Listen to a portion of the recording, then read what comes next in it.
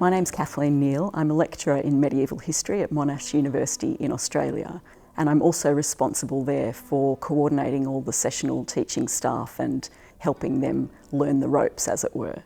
My research specialty is in 13th century English and increasingly European government and diplomacy.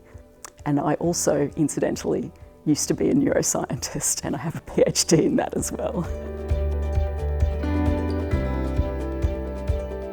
Look, the humanities are always under pressure, and one way that we can respond to that, I think, is by engaging with outside audiences more actively.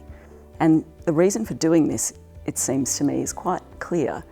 Outside audiences don't necessarily understand what we do or why it matters, and therefore we come under pressure from government, economic pressure, policy pressure, and so forth.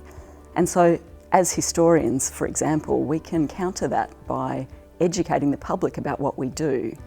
And so I think in some respects our obligation to engage outside audiences has actually increased.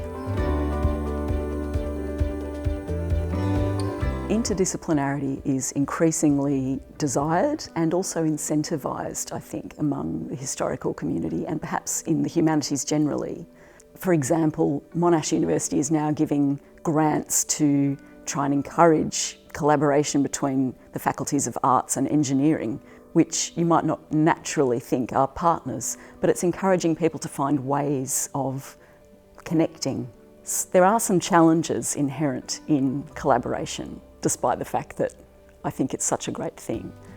It's true that it only really works, or it's only as effective as it can be, if all the parties actually understand in advance what it means to collaborate and the terms on which you're doing it. So co-writing a book or a chapter, for example, can be extremely challenging if all the parties contributing have quite different ideas about what it is that they're expected to contribute and the process that you're going to undertake to achieve it. We can maximise the reach of our work to new audiences, both academic and non-academic, in lots of interesting ways. And some of those are old tech, and some of them make use of new technologies like internet, for example.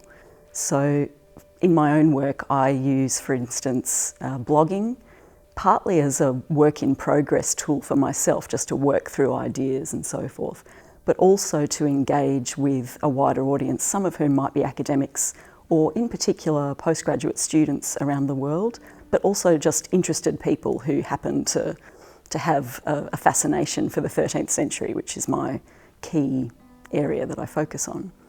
But also I do things like public lectures, for instance, popular publication as well as academic publication.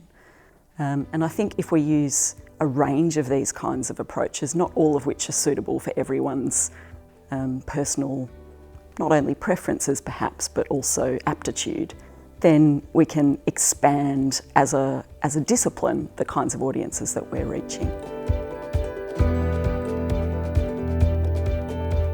Popular medievalism has definitely impacted the type of student who comes to our class and the number of students who come to our classes and the engagement that they bring with them.